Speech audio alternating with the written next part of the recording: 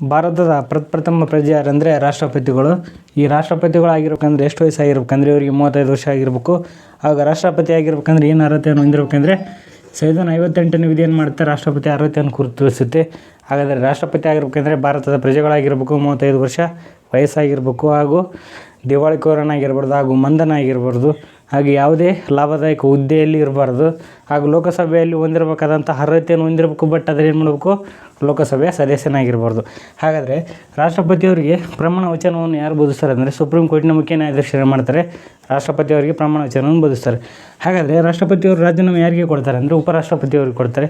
ಹಾಗಾದರೆ ಉಪರಾಷ್ಟ್ರಪತಿಯವರು ರಾಜೀನಾಮೆ ಯಾರಿಗೆ ಕೊಡ್ತಾರೆ ಅಂದರೆ ರಾಷ್ಟ್ರಪತಿಯವರಿಗೆ ಕೊಡ್ತಾರೆ. ಹಾಗಾದರೆ ಇವೆಲ್ಲ ಏನು ಮಾಡುತ್ತೆ, CET ಬಂದಂಥ ಕ್ವಶನ್ ಮತ್ತೆ ರಿಪೀಟ್ ಕೇಳ್ತಾರೆ. ಯಾವುದೇ ಮೂಮೆಂಟಲ್ಲಾದರೂ ಆಯ್ಕೆ ವಿಧಾನ ಕೇಳ್ಬೋದು, ವಯಸ್ಸು ಕೇಳ್ಬೋದು, ಈ ರೀತಿಯಾಗಿ. Thank you.